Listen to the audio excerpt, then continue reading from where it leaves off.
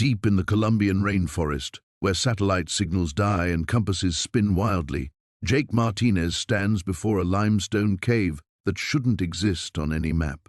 His grandfather's final letter led him here, to this impossible place where ancient stone meets modern solar panels, where vines crawl over reinforced steel doors. The old man everyone called crazy had built something extraordinary in this green hell, a fully equipped research station hidden from the world for 30 years. Jake isn't just a grieving grandson. He's a former military engineer who recognizes the sophisticated equipment humming inside these caverns.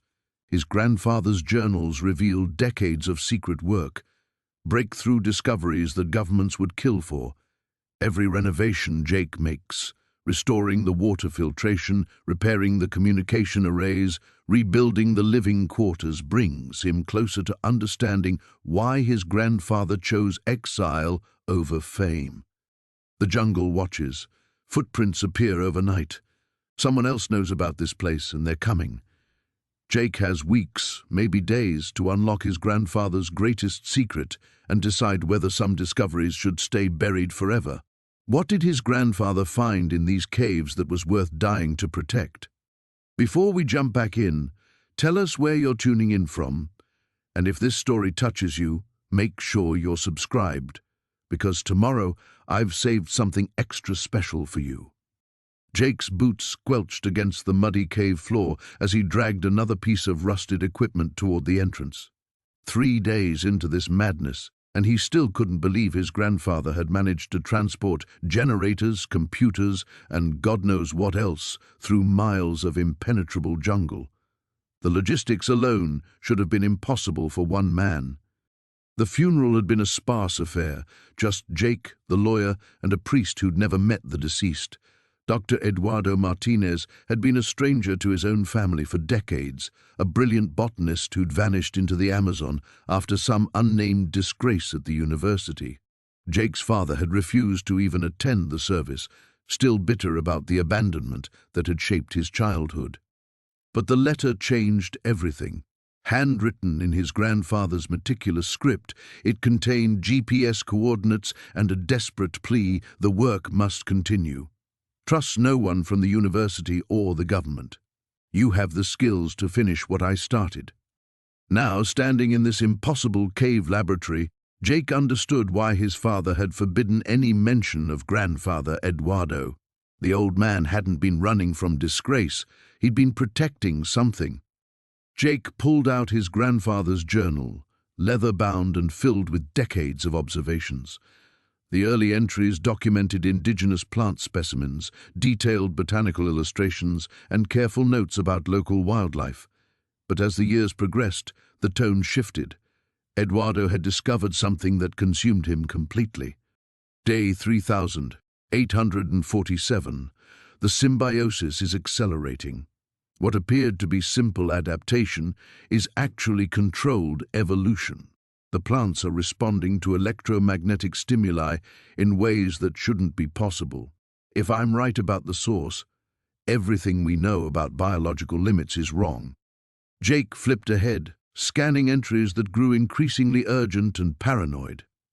His grandfather had found something in these caves that defied scientific understanding, something that had kept him hidden from the world for 3 decades.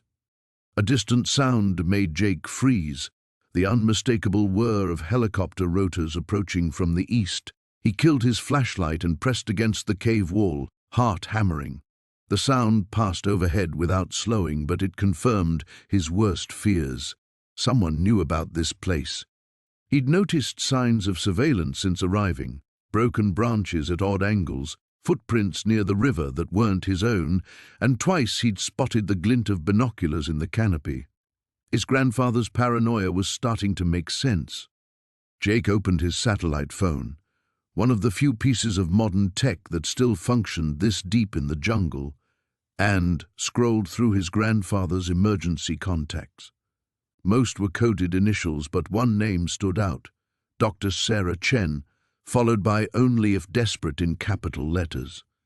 The journal's final entries revealed his grandfather's growing urgency. Someone had been closing in, asking questions in the nearest village, offering money for information about the crazy scientist in the jungle. Eduardo had been preparing for discovery, booby-trapping certain areas of the cave and hiding his most critical research. Day 4201. They're coming. I can feel it. The work is too important to let them weaponize it. If something happens to me, I pray Jake inherited his grandmother's stubbornness. He's the only one I trust to make the right choice. Jake closed the journal and stared into the cave's depths. Whatever his grandfather had found down there, people were willing to kill for it. The smart thing would be to grab the research and disappear, turn everything over to proper authorities. But as he studied the sophisticated equipment surrounding him, Jake realized his grandfather had already tried the proper channels decades ago. This hidden laboratory was the result of that failure. The jungle fell silent around him, waiting. The humid air hit Jake's lungs like a warm, wet blanket as he stepped off the small charter plane onto the makeshift airstrip carved from red earth.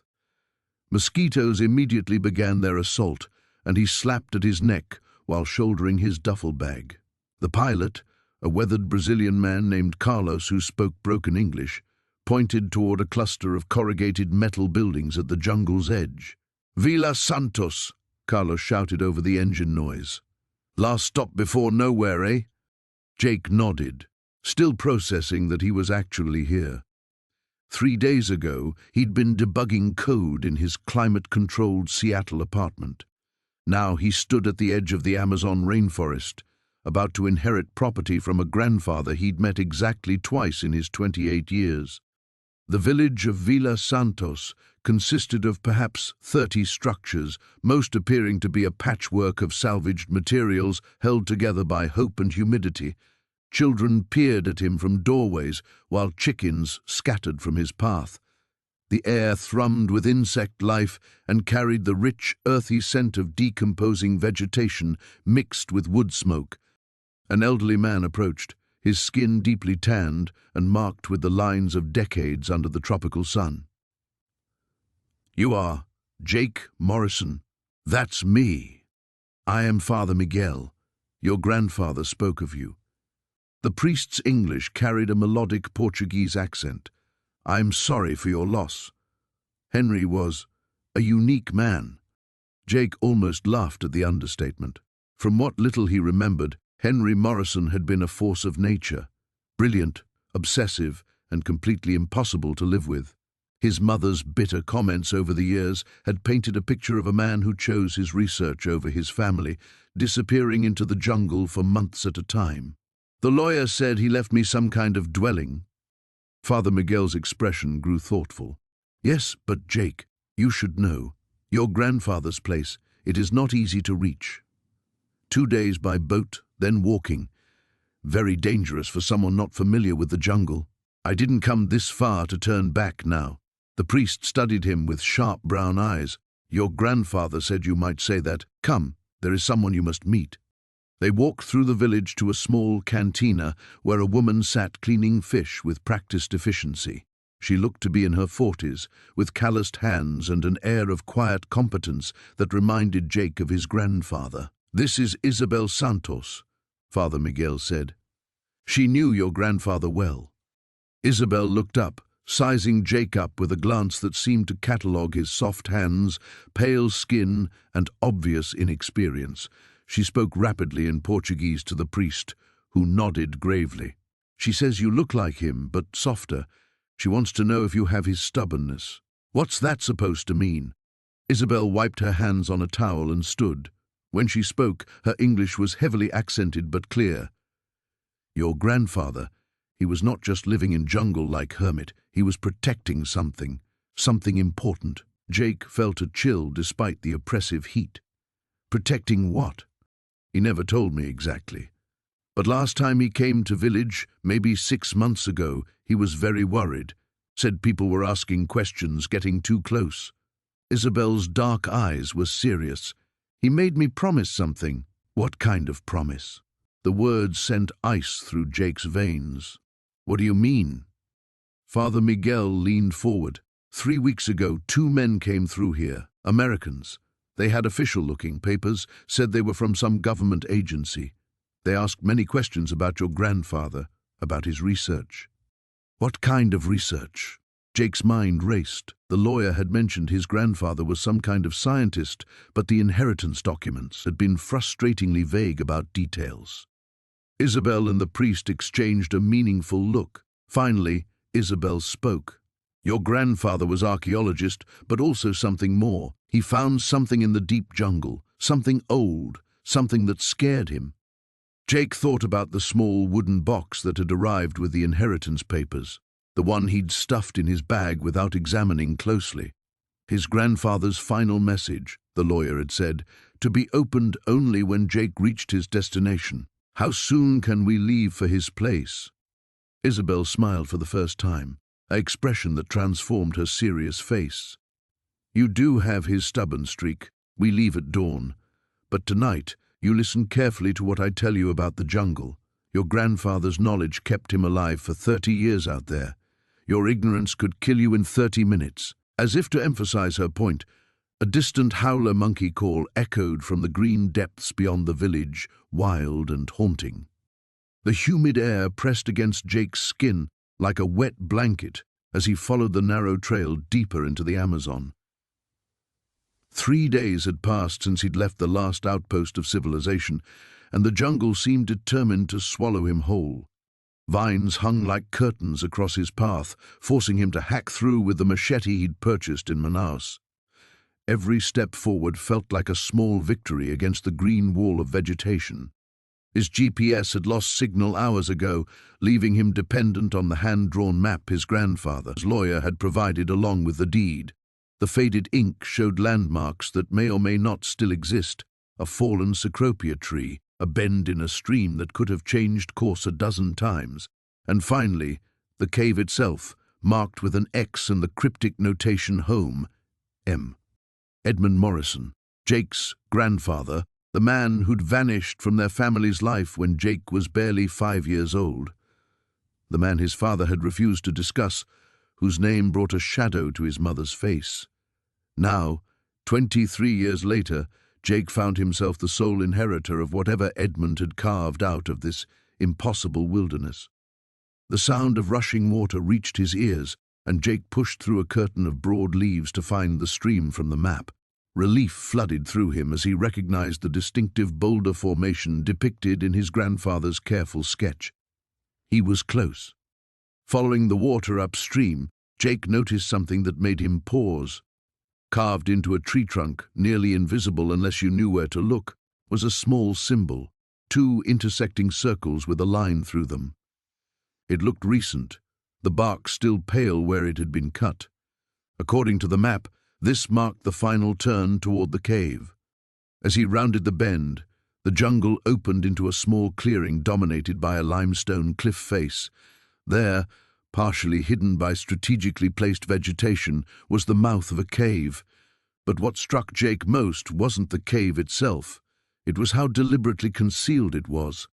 Branches had been woven together to form a natural-looking screen, and the approach was carefully designed to be invisible from every angle except the one he'd just taken.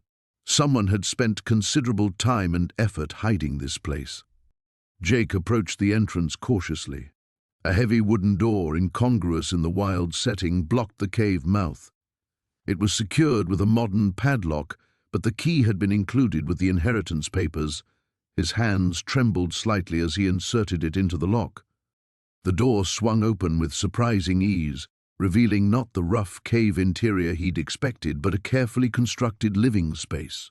Solar panels, barely visible through gaps in the overhead canopy, powered LED lights that illuminated a scene that defied belief. His grandfather had built an entire home inside the cave. The walls were lined with shelves containing hundreds of books, scientific journals, and what appeared to be research notes. A computer workstation sat in one corner, its multiple monitors dark but clearly sophisticated. Along the far wall, Jake saw equipment he couldn't identify, devices that looked more suited to a laboratory than a jungle hideaway. But it was the photographs that stopped him cold. Covering one entire section of wall were pictures of archaeological sites, ancient symbols, and what looked like excavation work. In several photos, Jake recognized his grandfather, older than he remembered, weathered by decades in the jungle, but unmistakably Edmund Morrison. He stood beside dig sites, pointing at carved stone tablets, examining artifacts that seemed to glow with an inner light.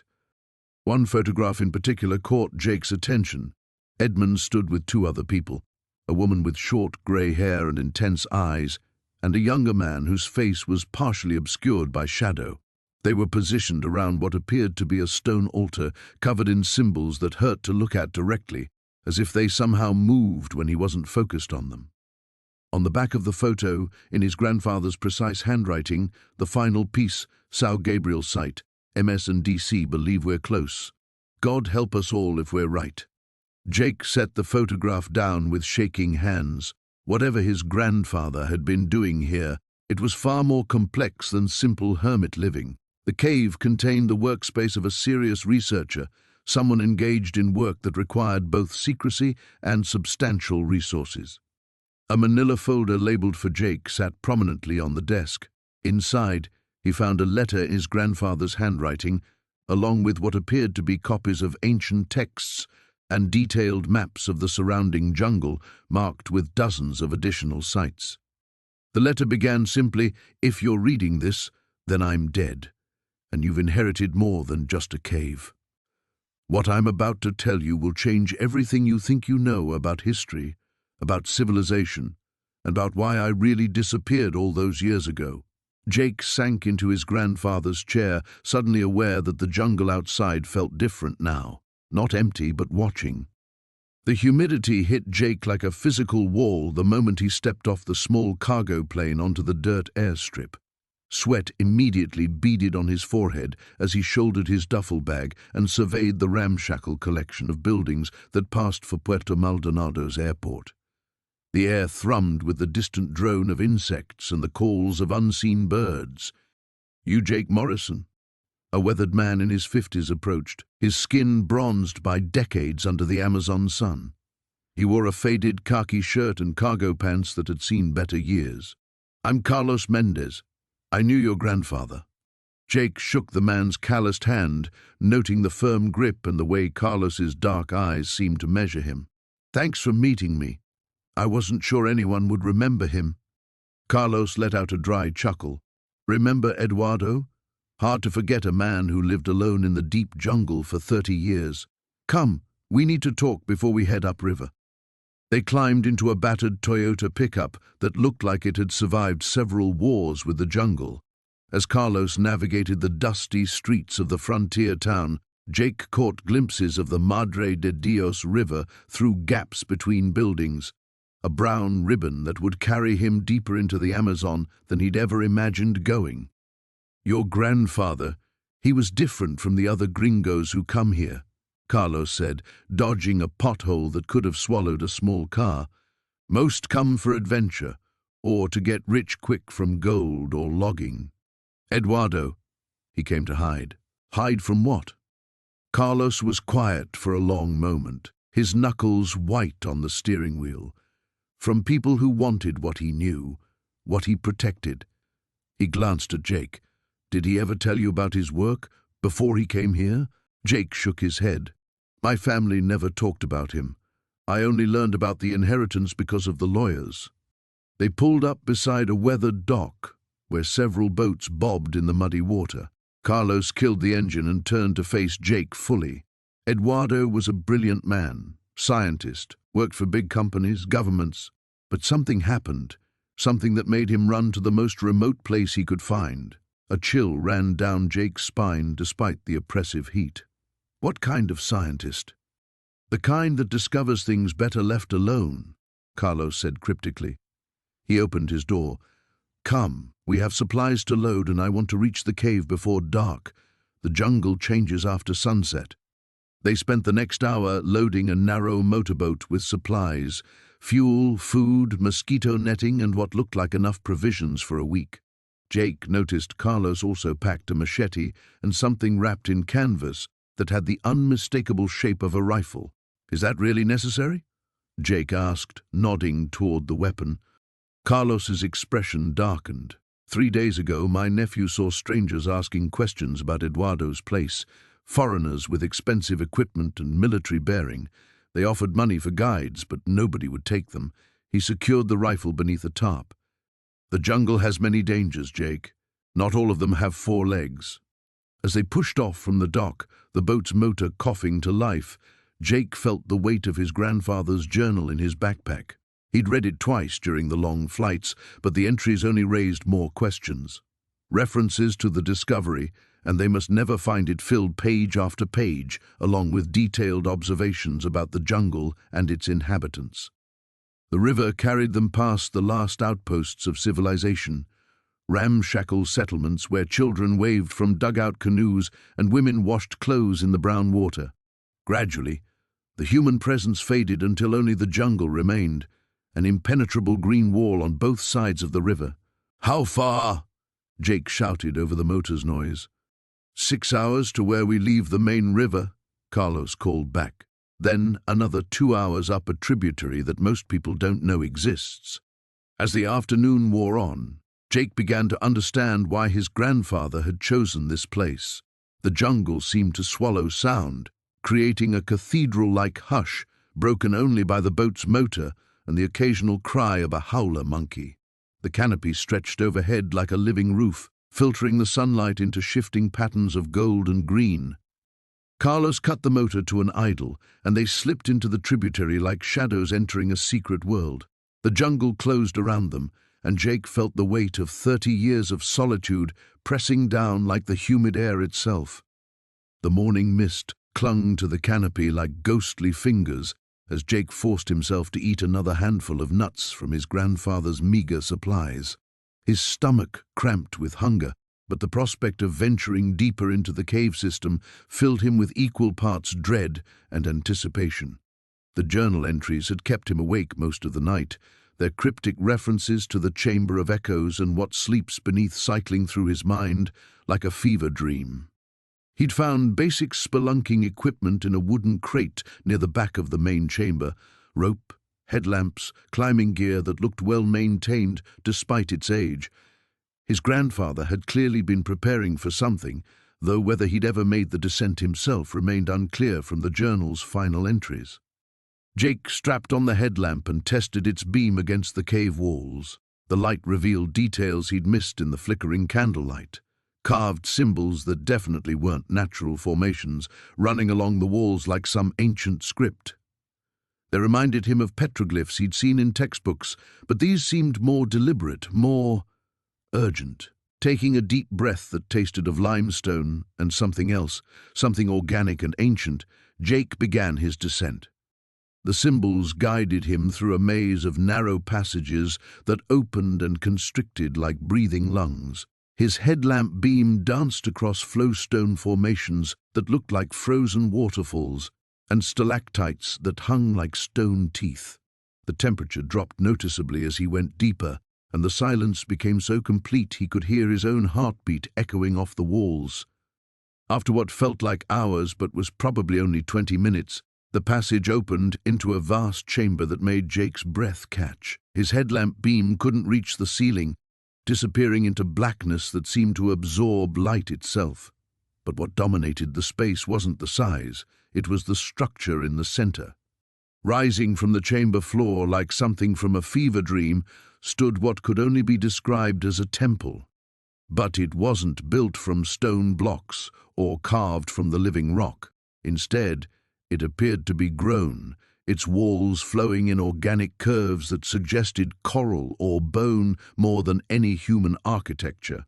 The surface gleamed wetly in his headlamp's beam, reflecting the light in patterns that hurt to look at directly.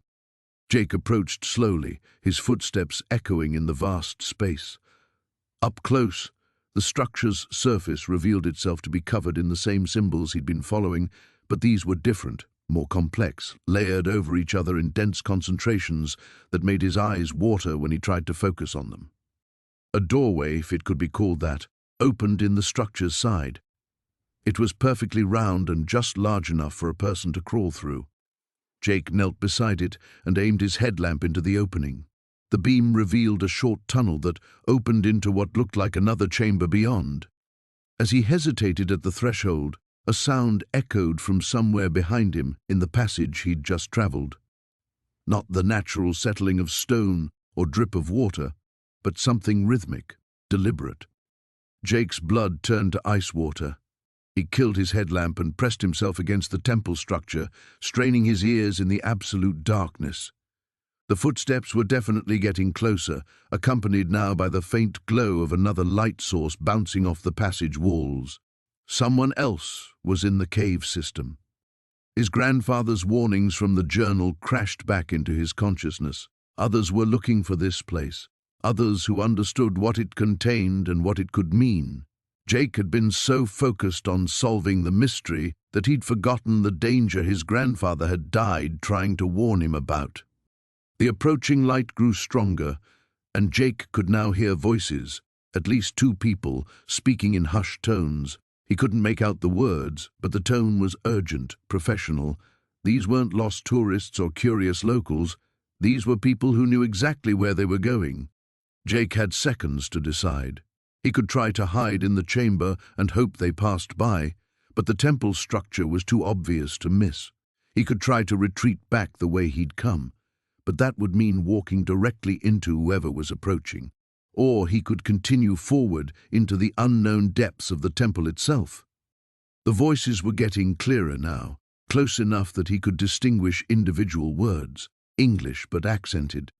One voice was giving directions, referring to landmarks that suggested they'd been here before or had access to detailed maps. The ancient stone door ground open with a sound like thunder, releasing air that hadn't stirred for centuries. Jake's flashlight beam pierced the darkness beyond, revealing a corridor that stretched deeper into the mountain than he'd imagined possible. The walls were covered in intricate carvings that seemed to shimmer and move in the shifting light. "Oh my God," Elena whispered behind him. "This isn't just a cave, it's a temple." Jake stepped across the threshold, his boots echoing in the vast space. The corridor opened into a massive chamber, its ceiling lost in shadows high above. Phosphorescent minerals in the walls provided an eerie blue-green glow that complemented their artificial lights. But it was what stood in the center of the chamber that made Jake's breath catch. A crystalline structure rose from the floor like a frozen waterfall, easily 20 feet tall and pulsing with an inner light that seemed almost alive. The crystal formation spiraled upward in perfect mathematical patterns, creating geometric shapes that hurt to look at directly. Around its base, carved stone tablets covered in the same symbols from his grandfather's journals formed a protective circle. "The power source," Jake said, his grandfather's words echoing in his memory. This is what he was protecting. Elena moved closer to one of the tablets, her camera documenting everything. These symbols, they're not like anything in the archaeological record, they're almost technological. Jake approached the crystal formation cautiously. The air around it hummed with energy, making his skin tingle. As he drew nearer, the light within seemed to respond, pulsing brighter. He could feel something trying to communicate, pressing against the edges of his consciousness like a half-remembered dream. "Jake," Elena's voice was tight with concern. "You need to see this."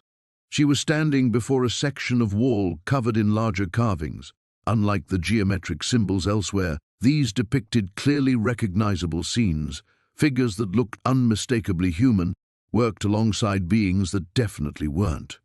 The non-human figures were tall, elongated, with features that suggested intelligence far beyond anything terrestrial. "Visitors," Jake said, the pieces falling into place. That's what grandfather meant in his notes about the ones who came before. The carvings told a story in visual panels, like an ancient comic strip. The visitors arriving from the sky, their collaboration with early humans, the sharing of knowledge, and finally, their departure, leaving behind guardians to protect what they'd given. "They left this for us," Elena said, running her fingers over the carved stone. "But why?" A sound from the corridor behind them made them both freeze. Footsteps. Multiple sets moving carefully but purposefully through the outer chamber. "Mendoza!" Jake breathed. He followed us. Elena was already moving, gathering her equipment. Is there another way out?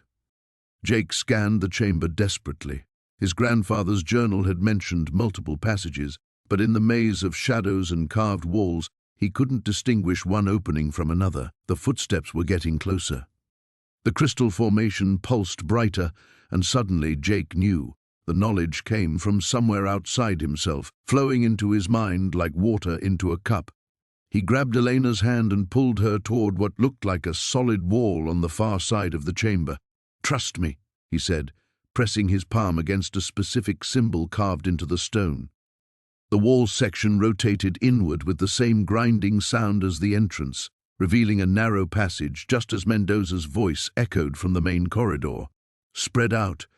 They're here somewhere." Jake and Elena slipped through the opening, and Jake pressed the symbol again from the other side. The passage sealed just as light beams began dancing across the main chamber.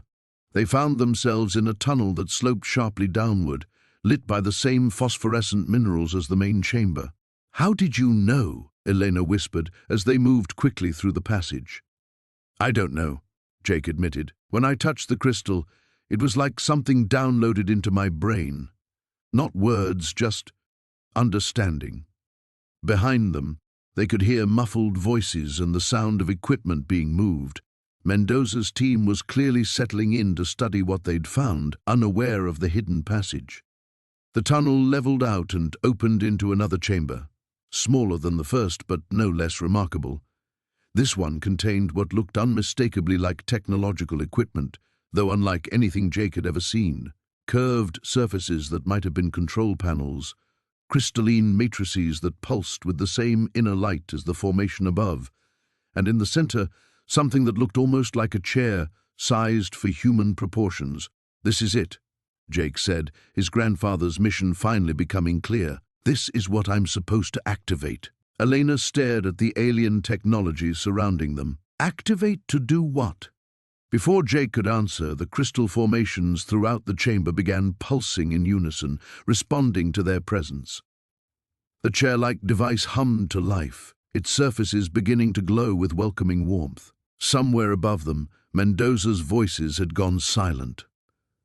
Jake had the unsettling feeling that they'd discovered the hidden passage. The morning mist clung to the jungle canopy like ghostly fingers as Jake followed Elena deeper into the Amazon's heart. 3 days had passed since they'd fled his grandfather's cave, and the weight of the leather journal in his backpack seemed to grow heavier with each step. The cryptic entries spoke of something called the repository, but the old man's handwriting became increasingly erratic in the final pages, as if he'd been racing against time. "We're close," Elena whispered, consulting the GPS coordinates she'd extracted from the journal's margins. Her machete sliced through a curtain of vines, revealing a narrow game trail that seemed to lead toward a distant ridge. Jake paused to catch his breath, sweat stinging his eyes. The humidity was suffocating, and every shadow seemed to harbor potential threats. Behind them, he could still hear the distant drone of helicopters. Mendoza's men hadn't given up their pursuit. "How do you know we can trust these coordinates?" Jake asked, shouldering his pack again. "For all we know, my grandfather was losing his mind toward the end." Elena's dark eyes flashed with something between sympathy and impatience. "Because I helped him hide it." The words hit Jake like a physical blow. He stopped dead in his tracks, staring at her. "What did you say?" 15 years ago, your grandfather wasn't working alone." Elena's voice carried the weight of long-held secrets. "I was young, idealistic, fresh out of graduate school in anthropology. I thought we were preserving indigenous artifacts from corporate exploitation." The jungle seemed to grow quieter around them, as if the very trees were listening. Jake felt the familiar surge of anger that came whenever he thought about his grandfather's deceptions. "So you've known all along what we're looking for?" "Not entirely." Elena resumed walking, her pace quickening. "Your grandfather compartmentalized everything. I knew my piece of the puzzle, but never the whole picture. That's why we need the journal, and why Mendoza needs you. These symbols," he said, kneeling beside one of the stones. "They're the same ones from the cave walls." Elena nodded grimly. We're on the right path. The sound of approaching engines made them both freeze. Through the canopy, Jake caught glimpses of moving metal, vehicles somehow navigating the impossible terrain. "How the hell are they getting trucks through here?" he hissed. "They're not trucks." Elena's face had gone pale. "Mendoza has resources we didn't anticipate. Military-grade all-terrain vehicles, satellite tracking, probably thermal imaging too. They abandoned stealth for speed, crashing through the underbrush toward the ridge. Behind them, the mechanical sounds grew louder, accompanied by shouting voices in Spanish. Jake's lungs burned as they climbed, his city-soft muscles screaming in protest. The ridge opened into a natural amphitheater of stone, with a waterfall cascading down the far wall into a crystal-clear pool. But what made Jake's breath catch wasn't the beauty of the place. It was the structure built into the cliff face itself. Carved directly into the living rock was an elaborate facade that seemed to blend architectural styles from multiple civilizations. Mayan step pyramids merged with Egyptian columns, while intricate Celtic knotwork framed doorways that bore distinctly Asian influences. It was impossible, anachronistic, and absolutely breathtaking. "Oh my God," Jake whispered. "How old is this place?" "Older than any of the civilizations it represents," Elena replied, her voice filled with awe despite having seen it before. "Your grandfather believed it was a repository of knowledge, a library built by a people who came before all the others." The sound of approaching vehicles snapped them back to reality. Elena led him toward a concealed entrance at the base of the waterfall, hidden behind a curtain of falling water and hanging vines. "The journal," she said urgently. "The final entry should contain the access sequence." Jake fumbled with the leather-bound book, its pages damp from the spray. The last legible entry was written in his grandfather's shaking hand. "The children of stars remember the old songs. 7 tones, 3 pulses, the heartbeat of the earth itself. What does that mean?" Before Elena could answer, armed figures in tactical gear burst into the amphitheater. Mendoza's voice echoed off the stone walls, amplified and distorted. "Dr. Vasquez, Mr. Morrison, you have something that belongs to me." Elena grabbed Jake's hand and pulled him behind the waterfall. The hidden entrance was a narrow crack in the rock, barely wide enough for a person to squeeze through. As they pressed deeper into the darkness, Jake heard gunshots and shouting behind them. "There's no going back now," Elena said, her voice barely audible over the rushing water. "Whatever your grandfather was protecting, we're about to find out if it was worth dying for." The carved stone felt warm beneath Jake's fingertips, as if it had been absorbing heat from some internal source. The symbols etched into its surface seemed to pulse with a faint luminescence that made his eyes water when he stared too long. Maya crouched beside him, her headlamp beam dancing across the ancient markings. "This isn't just decoration," she whispered, tracing one of the spiral patterns with her finger. "Look at how precise these cuts are. Someone spent years on this single stone." A distant sound made them both freeze. Voices carried on the humid air from somewhere behind them in the cave system. Jake's blood turned cold as he recognized the harsh bark of commands being issued in accented English. "Slade's people," Maya breathed, her hand instinctively moving to the machete at her belt. Jake grabbed the carved stone, surprised by its weight, and stuffed it into his pack alongside the journal. They couldn't afford to leave any clues behind. The voices were getting closer, echoing off the cave walls in a way that made it impossible to determine exact distance or direction. There, Maya pointed to a narrow passage that branched off from the main chamber. "We can circle back toward the deeper caves." They moved as quietly as possible through the cramped tunnel, Jake's shoulders scraping against the rough limestone walls. Behind them, the voices grew louder, accompanied by the harsh glare of electric lanterns that sent wild shadows dancing ahead of them. The narrow passage opened into a vast underground cavern that took Jake's breath away. His headlamp beam disappeared into darkness above them, unable to find the ceiling. Massive limestone formations created natural pillars that stretched up like the supports of some primordial cathedral, but it was what lay at the center of the cavern that made Jake's heart race. A structure that definitely wasn't natural rose from the cavern floor. Built from the same dark stone as the carved marker they'd found, it resembled a pyramid, but with sides that curved inward in impossible spirals. The entire surface was covered in the same symbols his grandfather had documented. But here they glowed with unmistakable bioluminescence. "My God," Maya whispered. "How old do you think this is?" Jake approached the structure slowly, the journal heavy in his hands. According to his grandfather's notes, this was just the beginning. The real discovery lay inside, but the old man's sketches suggested the entrance was hidden. A sharp crack echoed through the cavern as someone stepped on loose stone behind them. Jake spun around to see flashlight beams cutting through the darkness of the passage they'd just exited. Slade's team had found them. "Over here," Maya hissed, pointing to what looked like a shallow depression in the cavern wall. It wasn't much cover, but it would have to do. They pressed themselves against the cold stone just as three figures emerged from the tunnel. Jake recognized Slade's tall, angular frame immediately, flanked by two men carrying military-grade equipment. Their powerful lights swept across the cavern, and Jake heard Slade's sharp intake of breath when the beam hit the pyramid. "Magnificent," Slade's voice carried clearly in the still air. "Simply magnificent. The old man really was protecting something extraordinary." One of Slade's men, a thick-set individual with tactical gear, moved toward the structure with some kind of scanning device.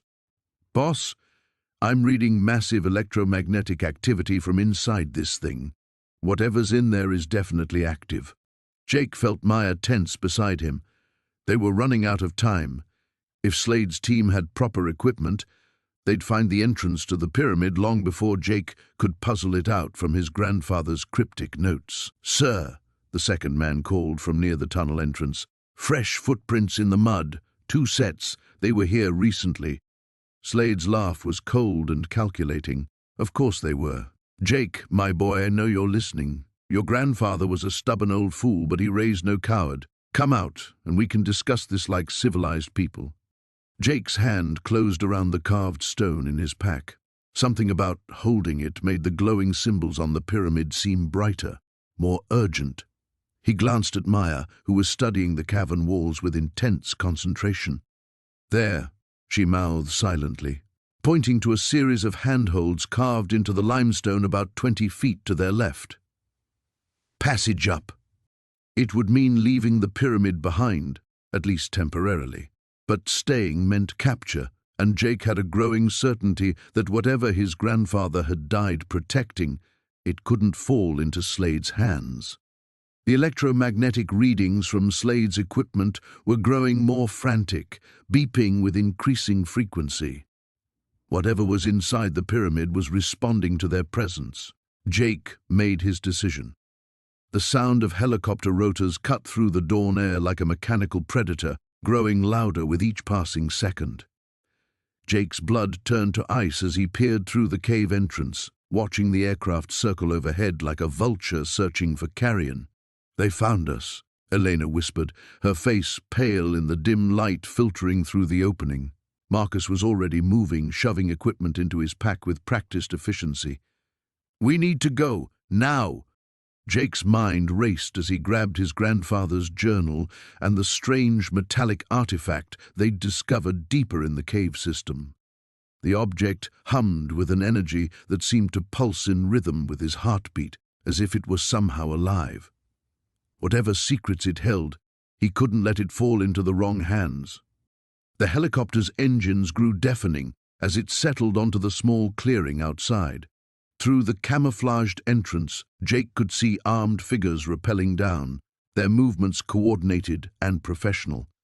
These weren't treasure hunters or curious archaeologists. They were military.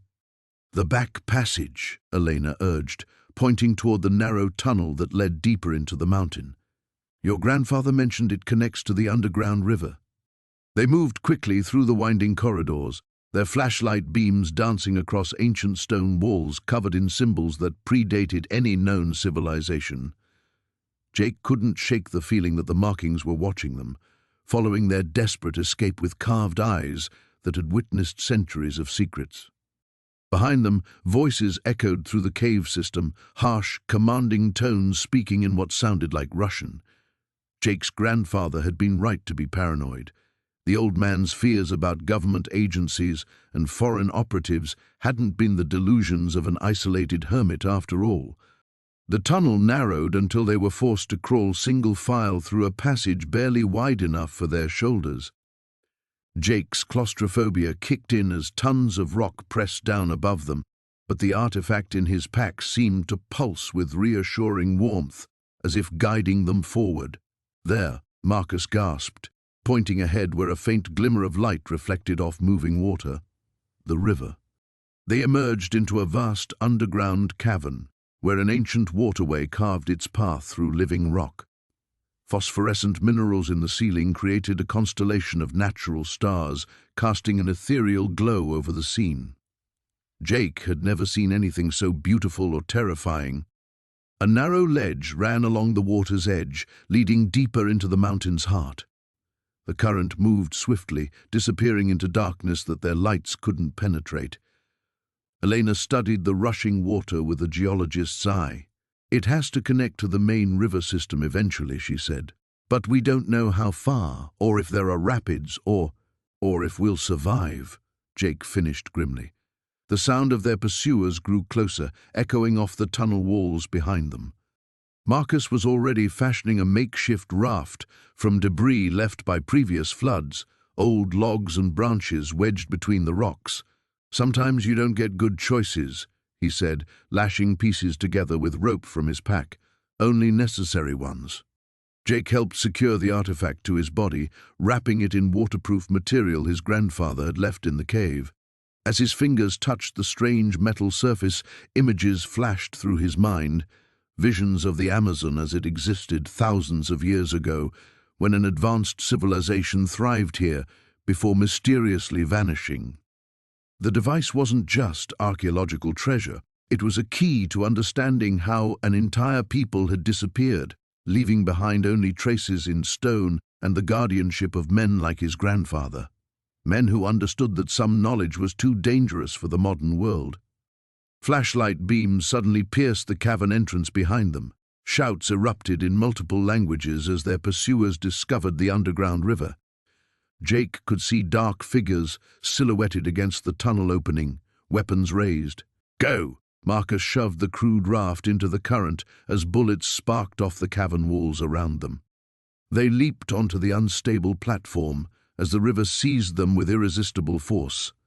The raft spun wildly as they crashed through the first set of rapids, icy water soaking them instantly. Jake gripped the logs with white knuckles, the artifact's weight pulling at him like an anchor. The current swept them into absolute darkness, leaving their pursuers' angry voices behind.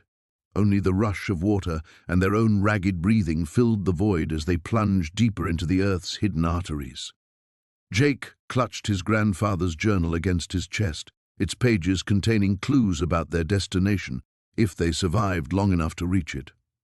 Somewhere ahead lay answers about the artifact's true purpose and the civilization that created it. But first, they had to navigate an underground river that might deliver them to safety or carry them to their deaths in the crushing darkness beneath the Amazon rainforest.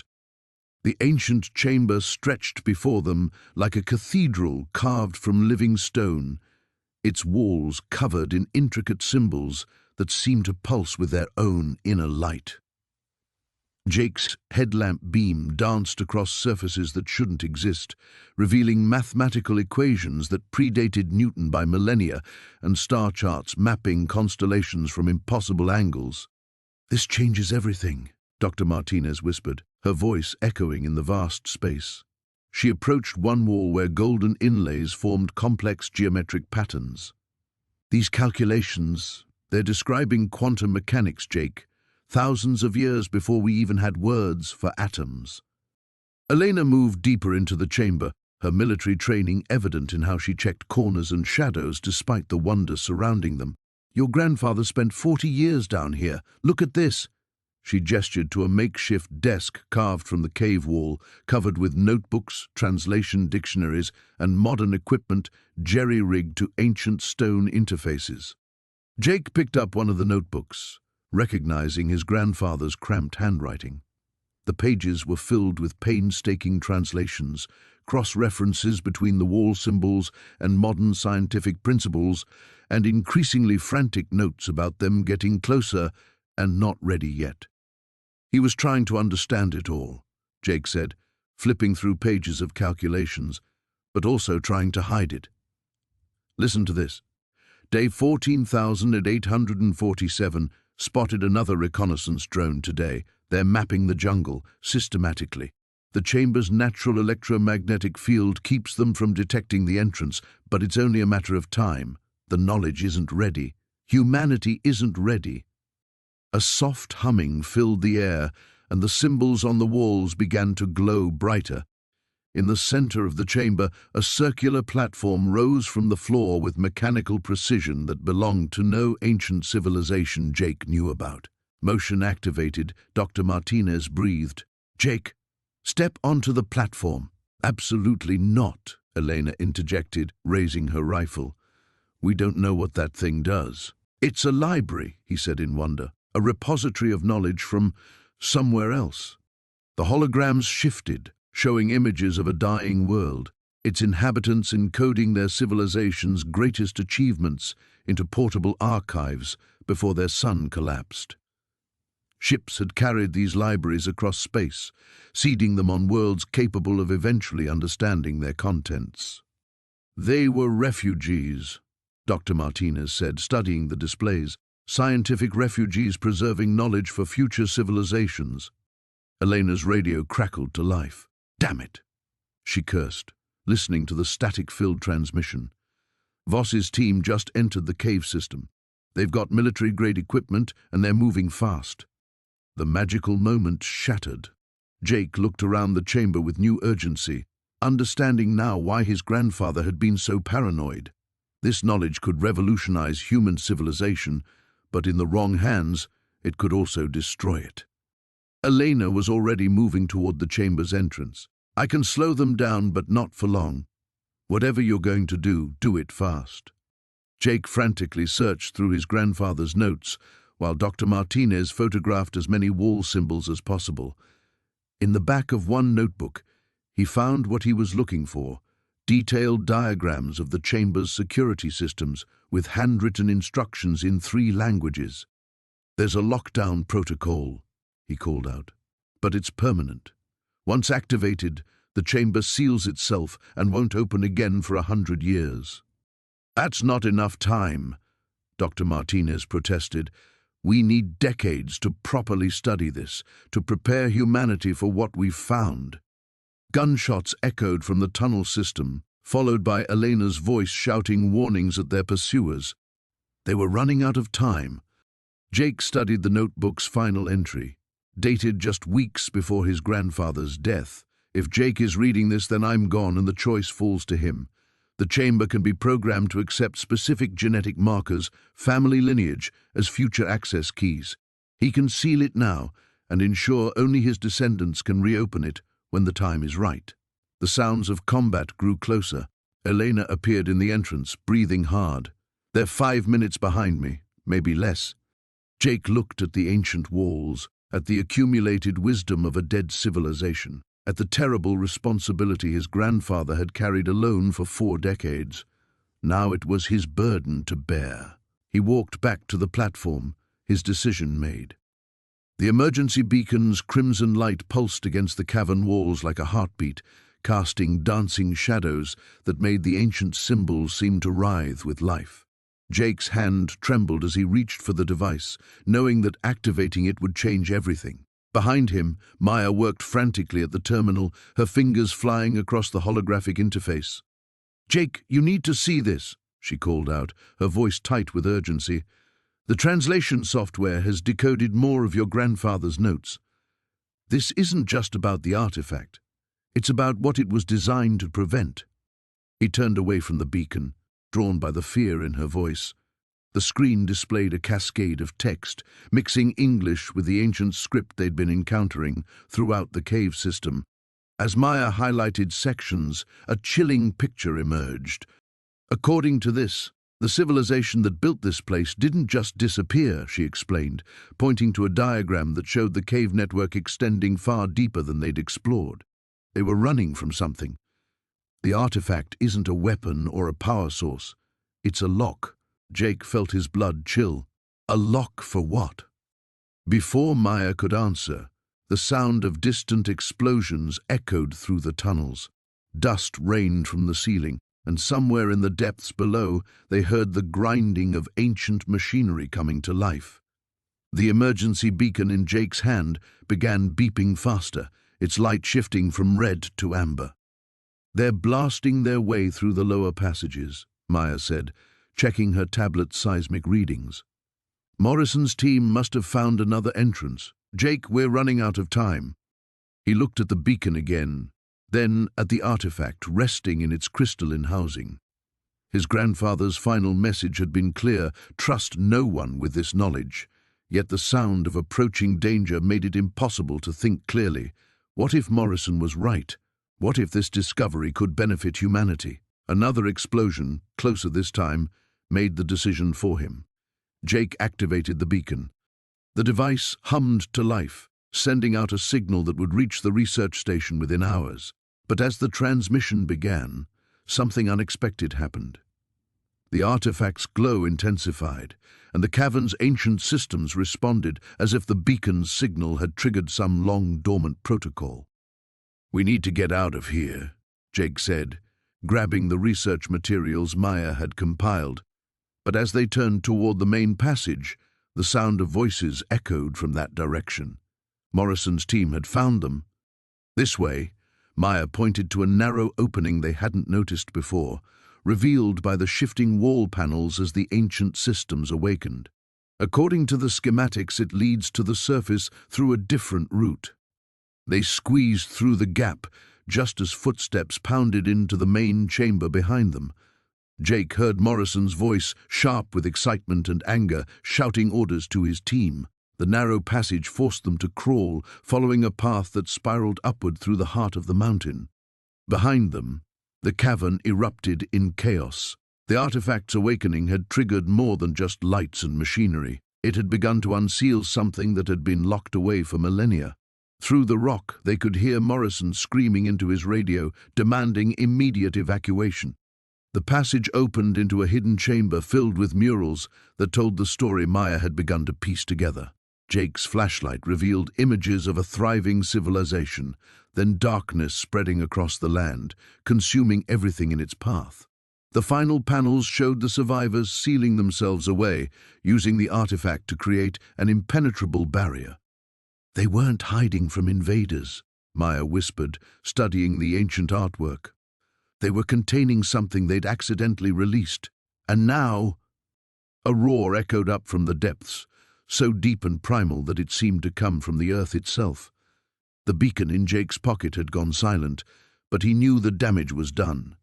His distress signal would bring help, but it would also bring attention to this place that his grandfather had died to keep secret. Maya nodded grimly as they continued their desperate climb toward the surface. Behind them, the mountain shuddered with the sound of something ancient and terrible beginning to stir, and Jake realized that inheriting his grandfather's legacy meant accepting a responsibility far greater than he'd ever imagined. The radio crackled to life just as Jake finished his second cup of coffee. He'd been awake since dawn, poring over his grandfather's journals by the pale light filtering through the cave entrance. The transmission was brief but chilling. Dr. Chen's voice, strained and urgent, reporting that Corvin Industries had acquired helicopters and was mobilizing a full expedition team. Jake's blood ran cold. He'd hoped they had more time. "How long do we have?" he asked into the radio. 12 hours, maybe less." Chen's voice crackled back. "They're moving fast, Jake. Whatever you're planning to do, you need to do it now." Maya looked up from where she'd been cataloguing the crystal formations they'd discovered deeper in the cave system. Dark circles rimmed her eyes. None of them had slept well knowing what was coming. "The translation isn't complete," she said. "I've only managed to decode about 60% of the Guardian texts." "It'll have to be enough." Jake stood, his grandfather's leather journal clutched in his hands.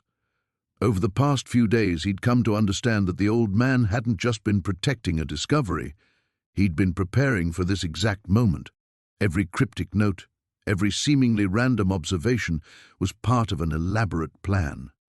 The cave system extended much deeper than Jake had initially realized. Following his grandfather's maps, they'd discovered a series of chambers that descended into the heart of the mountain. The crystals grew larger and more luminescent the deeper they went, their soft blue glow providing the only light in the ancient passages. But it was the final chamber that held the real secret. Jake led Maya and Chen through the narrow tunnel that opened into a vast underground cathedral. The ceiling disappeared into darkness above them, while the walls sparkled with crystalline formations that seemed to pulse with their own inner rhythm. At the center of the chamber stood a structure that defied easy description.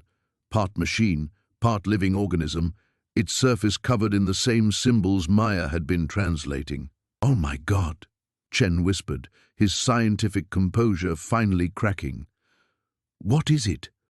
Maya approached the structure with reverent steps. According to the texts, it's a repository. But not just of information, of consciousness itself. The original inhabitants of this region, whoever they were, they found a way to preserve their knowledge, their very essence within these crystals. Jake's grandfather's final journal entry had been explicit. When they come, and they will come, the choice will be yours. But remember, some doors, once opened, can never be closed again. The sound of distant helicopters echoed through the cave system, faint but growing stronger. Corvin's people had found them. "We're out of time," Jake said. He pulled out the crystalline key his grandfather had hidden, a small, intricately carved piece that seemed to resonate with the larger structure. "Maya, tell me what happens if I activate this thing." She looked up from the translated texts, her face pale. "I'm not entirely sure. The writing suggests it will awaken something, the consciousness stored within the crystals. But Jake, this isn't just about preserving knowledge anymore. These beings, they were trying to warn us about something they called the Great Silence that was coming." The helicopter sounds grew louder. Jake could hear voices now, echoing through the upper chambers. Corvin's team was systematic, professional. They'd be here within minutes. Chen grabbed Jake's arm. "There might be another way. If we collapse the entrance passages, seal the chamber, and trap ourselves inside." Jake shook his head. "No, my grandfather didn't spend 40 years preparing just so we could hide. He wanted this knowledge to survive, but in the right hands." Maya's eyes widened as she read further into the texts. "Jake, wait, there's something else here. The repository, it's not just passive storage. It's been learning, absorbing information from anyone who enters the chambers. It knows about our world now, our technology, our problems." She looked up at him with a mixture of awe and terror. "It's been waiting for someone to make contact." The voices were closer now, accompanied by the harsh beam of military-grade flashlights cutting through the darkness of the upper tunnels. Jake could make out individual words, coordinates, tactical positioning, orders to secure the area. He looked at the crystalline key in his hand, then at the ancient structure before them. His grandfather's voice seemed to whisper from the walls themselves. "In some choices define not just who we are, but who we might become." The first of Corvin's men appeared at the tunnel entrance, their weapons drawn and ready. Jake saw the surprise on their faces as they took in the impossible chamber, the crystalline formations, the structure that hummed with barely contained energy. "Nobody move!" The team leader's voice echoed through the cathedral space. Jake met Maya's eyes, then Chen's. In that moment he understood what his grandfather had really been preparing him for, not just to guard a secret, but to make the most important decision in human history. He inserted the key into the structure's central node and turned it. The crystals began to sing. The ancient chamber stretched before them like a cathedral carved from living stone, its walls pulsing with an ethereal blue-green light that seemed to breathe with the jungle above. Jake's flashlight beam trembled as he swept it across hieroglyphs that definitely weren't Mayan, weren't Incan, weren't anything he'd ever seen in his grandfather's archaeological journals. "Oh my God," Dr. Reeves whispered behind him, her voice echoing in the vast space. "Jake, do you understand what we're looking at?" But Jake was already moving deeper into the chamber, drawn by something he couldn't name. The air here felt different, charged, like the moments before lightning strikes. His grandfather's journal had mentioned the heart of the green world, but Jake had assumed it was just poetic rambling from an old man who'd spent too many years alone in the jungle. Now he wasn't so certain about anything. The walls told a story in pictures that defied logic. Tall, elongated figures with large eyes teaching shorter, more human-like beings, plants growing at impossible speeds, rivers changing course with the wave of a hand, and everywhere that same strange script that seemed to shift and flow even as Jake looked at it. "The carbon dating on those samples you found," Dr. Reeves said, her scientific mind struggling to process what her eyes were seeing. "They came back impossible. The lab ran them 3 times. Jake turned to her, though he kept moving toward the center of the chamber, where a raised platform waited in the shadows. Define impossible. 50,000 years old. But that's not the impossible part. Her voice cracked slightly. The plant matter showed signs of genetic manipulation, deliberate hybridization that shouldn't have been possible until the last century. A sound echoed from somewhere behind them, the distant rumble of vehicles growing closer. Marcus Kellerman's expedition had found them, just as Jake had known they would. His grandfather's warnings about those who would misuse the knowledge suddenly seemed far less paranoid. The raised dais held a single object, a sphere about the size of a basketball, composed of what looked like crystallized plant matter. Vines and roots were perfectly preserved within its translucent surface, creating intricate patterns that hurt to look at directly. As Jake approached, the sphere began to emit a soft humming sound that resonated in his bones. "Don't touch it," Dr. Reeves warned, but her voice sounded distant, academic. This was beyond her expertise, beyond anyone's expertise. Jake's hand hovered inches from the sphere's surface. Heat radiated from it, and something else, a sense of vast intelligence, patient and ancient beyond human comprehension. His grandfather's final letter had been specific. "When the time comes, you'll know what to do. Trust your instincts, not your education." The sounds from the tunnel were getting louder. Voices now, multiple flashlight beams creating a glow that reached even into this sacred space. "Jake," Dr. Reeves grabbed his arm. "We need to document this properly. Get photos, measurements. If Kellerman's people destroy this site, they won't destroy it," Jake said quietly, finally understanding. "They'll exploit it." The sphere pulsed brighter as his palm made contact with its surface. Immediately, the chamber filled with images, not on the walls, but floating in the air itself like 3-dimensional holograms. Jake saw the Amazon as it had been 50 millennia ago, when the ice still covered much of the northern world. He saw the tall beings from the wall paintings, not aliens as science fiction might suggest, but the original inhabitants of this planet's green places. The first gardeners. The ones who had shaped the jungle into something more than mere wilderness. They had been dying out even then, their kind too specialized for a changing world, but they had left instructions, genetic templates, living databases encoded in the very structure of the plants they had cultivated. The sphere wasn't just a repository of information, it was a key to awakening dormant potential in every seed, every root system, every interconnected network of forest life. "Climate change," Jake breathed. Pieces falling into place, deforestation. They knew this would happen someday. The sphere showed him more. Vast reforestation projects that could reshape continents in decades rather than centuries.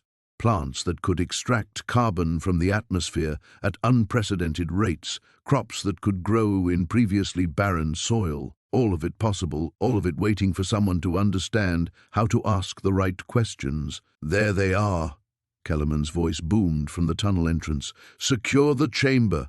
Don't let them touch anything else." Jake looked at Dr. Reeves, seeing his own understanding reflected in her eyes. This wasn't just about preserving his grandfather's legacy anymore. This was about choosing what kind of future the world would have. One where such knowledge served corporate interests, or one where it served life itself. The sphere pulsed again, expectant, waiting for his decision. Heavy footsteps echoed across the chamber floor as armed figures emerged from the tunnel, their flashlight beams cutting through the ancient light like swords. The ancient stone door ground shut behind them with a finality that made Jake's stomach clench. The sound echoed through the vast chamber they'd entered, but what lay before them made him forget about their potential trap. The cavern stretched impossibly wide, its ceiling lost in darkness above. But it wasn't the size that took his breath away. It was what filled it.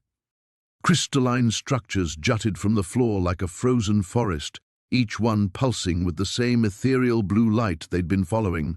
The formations varied in height from knee-high stumps to towering spires that disappeared into the shadows overhead.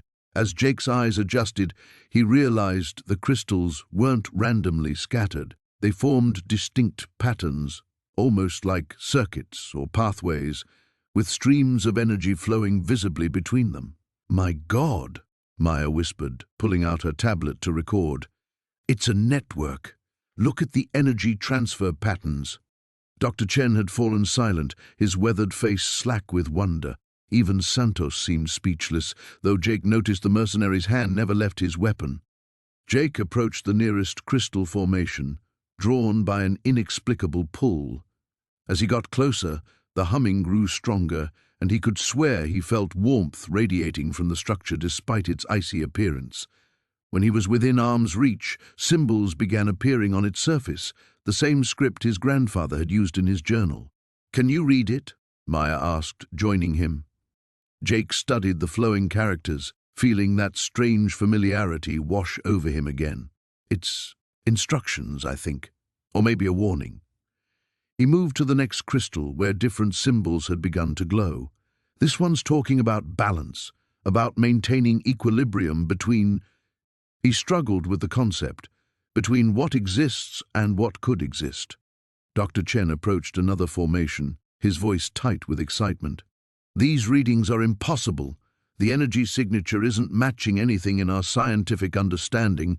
It's as if these crystals are pulling power from somewhere else entirely." "Another dimension?" Maya suggested, checking her instruments. "Or another time," Jake said quietly, the words surprising him as much as the others. Grandfather's notes mentioned temporal fluctuations. What if this network isn't just storing energy? What if it's accessing it from across time itself? Santos cursed in Portuguese. "You're talking about science fiction," Dr. Chen said, his voice filled with growing comprehension. "He's talking about a power source that could make every current energy technology obsolete. If these crystals can tap into temporal energy streams, the applications would be limitless," Maya finished. "Clean, infinite energy. No more fossil fuels, no more nuclear waste, no more..." Her words were cut short by a grinding sound from behind them. Jake spun around to see the stone door beginning to move again, ancient mechanisms groaning as it slowly opened. Light poured in from the passage beyond, but this wasn't the gentle blue glow of the crystals. This was harsh, artificial light. "Hoffman!" Santos snarled, raising his rifle. Voices echoed from the passage, multiple voices, heavily armed by the sound of the equipment they carried. Jake felt panic rising in his chest. They were trapped in a dead-end chamber with nowhere to run. "Jake," Maya said urgently, "the energy readings are spiking. Whatever this system is, it's reacting to perceived threats." 3 mercenaries entered the chamber, their weapons trained on Jake's group. Behind them came a figure Jake recognized from the photos Santos had shown him, Klaus Hoffman, impeccably dressed despite the jungle trek, his cold eyes taking in the crystal forest with undisguised greed. "How remarkable," Hoffman said, his accented English echoing in the vast space. "Your grandfather was indeed protecting something extraordinary, Mr. Martinez." "You can't have it," Jake said, surprised by the steadiness in his own voice. The crystal network's humming grew louder, and Jake noticed the energy flowing between formations was moving faster now, almost agitated. More symbols appeared on the surfaces around them, and Jake felt a sudden understanding wash over him. The network wasn't just reacting to threats, it was trying to communicate with him specifically. "It's not yours to take," Jake said, stepping closer to the central crystal formation. "It never was." "And I suppose it belongs to you?" Hoffman asked mockingly. Jake placed his hand on the nearest crystal, feeling its warmth pulse through his palm. The symbols blazed brighter, and suddenly he understood what his grandfather had truly been protecting and why he'd spent his life keeping it hidden from the world. "No," Jake said quietly. "It doesn't belong to anyone. That's the point." The emergency beacon's crimson light pulsed through the canopy like a mechanical heartbeat, each flash illuminating the tension etched across Jake's face. 47 hours had passed since they'd activated the device, and the jungle had begun to feel like a tightening noose around their small camp. "Movement. Southeast ridge," Elena whispered, lowering her binoculars. She'd been taking watch shifts with Jake and Dr. Reeves while Marcus monitored the electromagnetic readings from the cave system below. 3 vehicles, maybe 4. They're not trying to hide their approach anymore. Jake felt his grandfather's journal pressing against his ribs where he'd tucked it inside his shirt. The final entries had become increasingly cryptic, filled with references to the convergence and electromagnetic resonance patterns that mirror the Earth's own frequency. Whatever his grandfather had discovered in these caves, it was significant enough that corporate interests were willing to mobilize private armies to claim it. "How long until the university team arrives?" Dr. Reeves asked, checking his satellite phone for the 10th time that morning. "Professor Santos said 12 hours minimum," Jake replied, though he knew 12 hours might as well be 12 days given their current circumstances. The nearest landing zone for their helicopter is still 30 kilometers out. Marcus emerged from the cave entrance, his tablet clutched against his chest and his eyes wide with discovery. "Jake, you need to see this. The electromagnetic readings, they're not random. There's a pattern, and it's accelerating." They gathered around Marcus's tablet as he pulled up a series of waveform displays. The data looked like a seismograph reading during an earthquake, but Jake could see the underlying rhythm Marcus had identified, a complex pulse that seemed to be building toward something. "Your grandfather's notes mention specific dates," Marcus continued, his finger tracing across the screen. "Times when the electromagnetic activity peaked. I've been correlating them with astronomical events, lunar cycles, solar flare activity. There's definitely a connection, but it's like he was tracking something else entirely, something underground." Elena suddenly held up her hand for silence. Through the jungle canopy, they could hear the distant drone of engines growing louder. Not the rhythmic thump of helicopter rotors they'd been hoping for, but the steady growl of all-terrain vehicles navigating the difficult terrain. "They've found us," she said simply. Dr. Reeves grabbed Marcus's arm. "What do you mean, waking up?" "I mean, the geological activity down there is unlike anything I've ever recorded. It's almost as if there's a massive structure shifting position hundreds of meters below the cave system. The electromagnetic pulses might be some kind of activation sequence." The sound of engines had grown close enough that they could distinguish individual vehicles. Elena counted at least 3 distinct sources, which meant they were outnumbered and outgunned by whoever was approaching. "We have to go deeper," Jake said, making the decision that felt both inevitable and terrifying. "Whatever my grandfather was protecting, it's down there. We can't let them have it, but we also can't just run away and hope it stays hidden forever." "The cave system extends for kilometers underground," Dr. Reeves protested. We don't have proper equipment for deep exploration, and if Marcus is right about geological instability, then we're probably safer underground than up here, Elena finished grimly. She was already shouldering her pack and checking her equipment. At least down there we control the terrain. Marcus was staring at his tablet with growing alarm. The electromagnetic readings are spiking. Whatever's happening down there, our presence might be accelerating it. The monitoring equipment we installed could be acting as some kind of trigger. The first shouts echoed through the jungle, voices calling commands in accented English. Their pursuers were close enough now that retreat to the cave was their only option. Jake took one last look at the jungle canopy where sunlight filtered through in golden shafts, knowing it might be the last time he saw daylight for a very long time. Then he turned toward the cave entrance, his grandfather's journal burning against his ribs like a promise he wasn't sure he was ready to keep. The electromagnetic pulses were coming faster now, and somewhere far below, something ancient was stirring in response to their presence. The ancient chamber thrummed with an energy that made Jake's teeth ache. Crystalline formations jutted from every surface, pulsing with bioluminescent patterns that seemed to respond to their presence. Dr. Helena Voss stood transfixed before the central formation, a towering spire of what looked like living crystal that reached toward the cavern's ceiling. "Incredible," she whispered, her earlier hostility replaced by scientific wonder. "It's a neural network, a biological computer that's been growing for millennia." Jake kept his distance, his grandfather's journal clutched tightly in his hands. The warnings scrawled in those weathered pages echoed in his mind, and the crystal remembers everything, every extinction, every beginning. It holds the power to heal or destroy. Behind them, Marcus Reeves barked orders at his remaining mercenaries.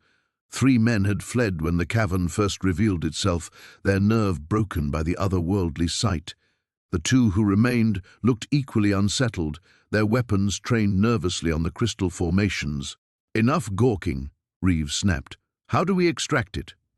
"You don't understand," Helena said, turning to face him. "This isn't something you can simply take. It's connected to the entire ecosystem. Look at the root system." Jake followed her gaze downward, where translucent tendrils snaked through cracks in the stone floor. According to his grandfather's notes, those connections stretched for hundreds of miles beneath the Amazon, linking every tree, every plant, every living thing in a vast network of communication and mutual support.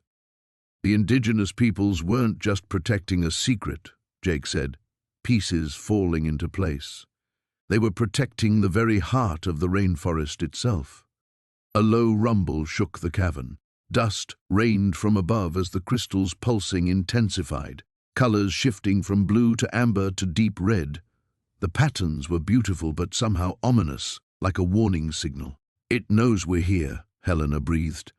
"The network is responding to our presence." Reeves stepped forward, ignoring the increasingly agitated crystal formations. "I don't care if it can predict the weather or talk to trees. This technology is worth billions. My clients will pay handsomely for even a small sample." "Your clients?" Jake demanded. "Who are you really working for?" A cold smile crossed Reeves's face. "Pharmaceutical giants, mining consortiums, governments that want to know if there are other sites like this. The applications are limitless. Imagine being able to control an entire ecosystem or harvest its resources with perfect efficiency." The crystal's pulsing reached a fever pitch. Throughout the chamber, smaller formations began to resonate in harmony, creating a sound like singing glass. Jake felt something stirring in the journal's pages. His grandfather's final entry, written in a shaking hand, began to glow with the same bioluminescent light. "Listen to me," Jake said urgently, reading from the glowing text. "My grandfather spent 30 years studying this place. The crystal doesn't just connect to the rainforest, it is the rainforest. Remove it, and everything within 1,000 miles dies." "Impossible," Reeves scoffed, but uncertainty flickered in his eyes. Helena had moved closer to the central spire, her scientific instruments forgotten. "The biochemical signatures are off the charts," she said. "Jake's right. This organism, and it is a single organism, has integrated itself into every aspect of the local environment. It's been orchestrating the rainforest's growth and adaptation for thousands of years. The rumbling intensified. Cracks appeared in the cavern walls as the crystal network's agitations spread through the surrounding rock. Outside, they could hear the sound of wind rising in the jungle canopy, or perhaps it was the sound of every tree in the Amazon crying out in distress. "We need to leave," Jake said. "Now." But Reeves had already made his decision. He pulled out a cutting tool and approached the central formation. "Just a small sample. That's all we need." "Don't!" Helena shouted. One of the mercenaries dropped his weapon and fled. The other stared in horror as his equipment began to malfunction, screens flickering and circuits sparking in response to the electromagnetic pulse radiating from the disturbed crystal. "Stop!" Jake lunged forward, but Reeves pushed him away. "It's too late to back down now," Reeves snarled, pressing the cutting tool deeper into the crystal's surface. A hairline fracture appeared in the formation. From that tiny crack, a sound emerged that was less heard than felt, a deep, mournful note that seemed to carry the weight of centuries. Jake realized with growing horror that they might be witnessing the death cry of one of Earth's oldest and most vital organisms. The journal in his hands grew hot, its pages now blazing with urgent light. His grandfather's final words were becoming visible, revealing the one piece of information Jake desperately needed: how to stop what Reeves had started. The ancient chamber trembled as Jake's hand hovered over the crystalline control matrix his grandfather had spent decades protecting. Dr. Elena Vasquez stood beside him, her face illuminated by the pulsing blue light emanating from the walls, covered in symbols that predated any known civilization. Behind them, the sound of approaching helicopters grew louder. Harrison's mercenaries had found the hidden entrance. "Your grandfather left detailed notes about the activation sequence," Elena whispered urgently, pulling out the leather journal they'd discovered in the cave's inner sanctum. "But Jake, once we start this, there's no going back. The energy readings I'm detecting, this technology could revolutionize everything we know about physics." Jake studied the intricate patterns etched into the crystal surface, each one corresponding to symbols his grandfather had painstakingly documented over 20 years of research. The old man hadn't been the crazy hermit Jake's family had believed him to be. He'd been a guardian, the last in a line stretching back centuries, protecting something that could either save humanity or destroy it. The first sequence opens the primary chamber. Jake read from his grandfather's notes, his voice barely audible over the increasing rotor noise.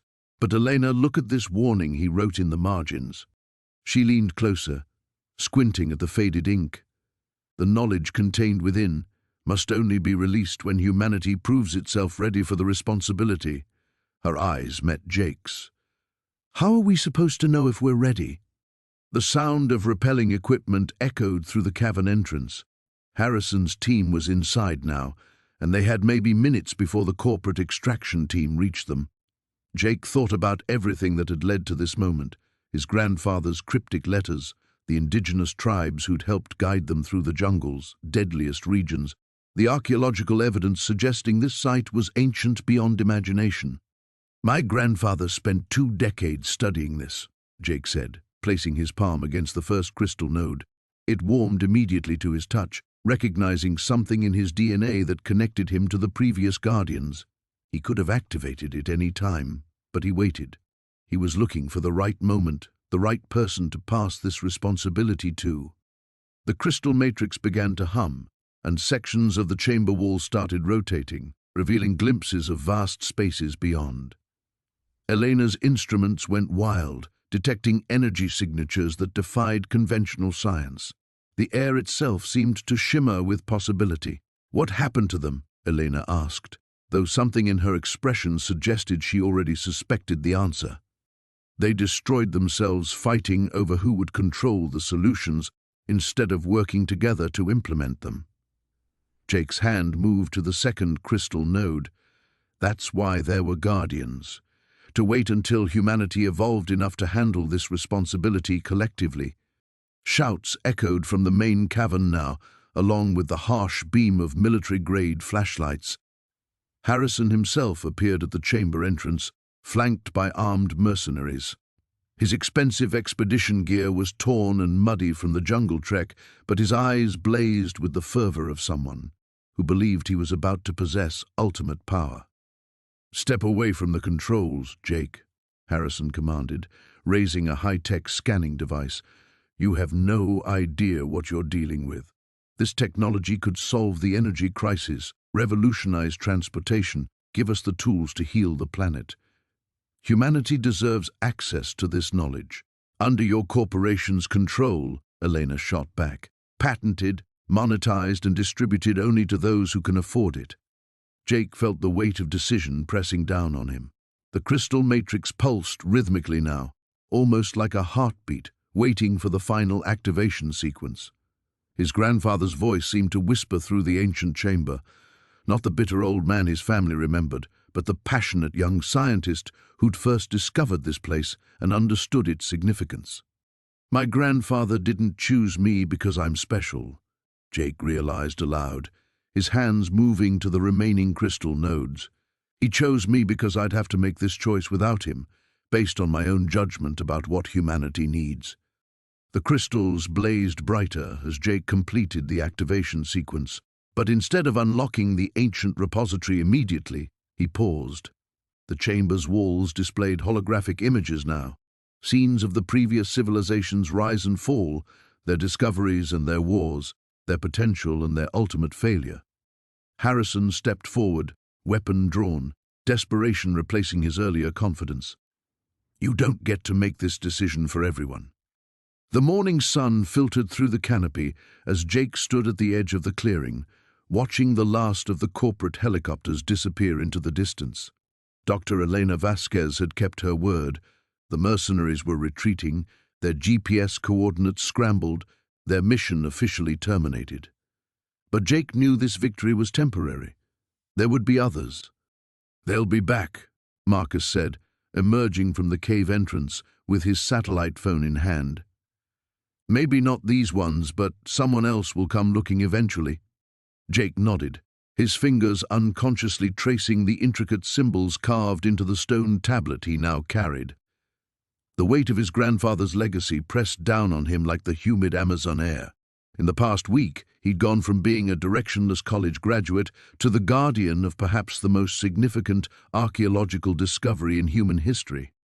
The cave behind him held secrets that could revolutionize understanding of ancient civilizations, star maps that predated known astronomy by millennia, mathematical equations that suggested advanced knowledge of quantum physics, and most incredibly, detailed diagrams of what appeared to be sustainable energy technology. His grandfather had spent 40 years protecting this knowledge, waiting for the right moment to reveal it to the world. Jake followed her deeper into the jungle, where representatives from 6 different tribes had assembled in a natural amphitheater formed by massive cecropia trees. The air hummed with urgent conversation in multiple languages, but silence fell as Jake approached. Elder Makuxi stood first, his ornate headdress catching fragments of sunlight. "Young guardian," he said in careful English, "your grandfather spoke of this day. He said the knowledge would choose its own time to emerge, but the world isn't ready," protested another elder. "Look how quickly the corporations came with their guns and greed." Jake felt the weight of every gaze upon him. These people had helped his grandfather maintain the secret for decades, trusting in his judgment even when they didn't fully understand the implications. Now that trust had passed to Jake, and he wasn't sure he was worthy of it. "My grandfather left me letters," Jake said finally. "Instructions for different scenarios. He knew this moment would come, and he planned for it." He pulled out the weather journal, opening to a page marked with a feather bookmark. He wrote about selective revelation, sharing the knowledge gradually with people and institutions that could be trusted to use it responsibly. Dr. Sarah Chen, the archaeologist who had initially helped Jake interpret the cave's contents, stepped forward. "The scientific community has ethical protocols for discoveries of this magnitude. We could work with the United Nations, establish an international oversight committee. The UN is compromised, Marcus interjected. Half the member nations would sell this information to the highest bidder within a week. The debate continued as the day wore on, voices rising and falling like the distant sound of the river. Jake listened to arguments for secrecy, for controlled disclosure, for complete transparency. Each perspective held merit, each carried risks. As evening approached, Jake found himself alone by the water's edge, watching piranhas create ripples in the dark current. The sound of approaching footsteps made him turn. Yara settled beside him on a fallen log, her presence comforting in its quiet strength. "Your grandfather used to sit here when the burden felt too heavy," she said. "He told me once that the hardest part wasn't keeping the secret. It was knowing when to reveal it." "How did he know I would make the right choice?" Jake asked. "Because you're asking the question," Yara replied. "Someone who seeks power would have already decided. Someone who fears responsibility would have walked away. You're still here, still wrestling with what's right." That night, Jake made his decision. Standing before the assembled group by firelight, he outlined his plan.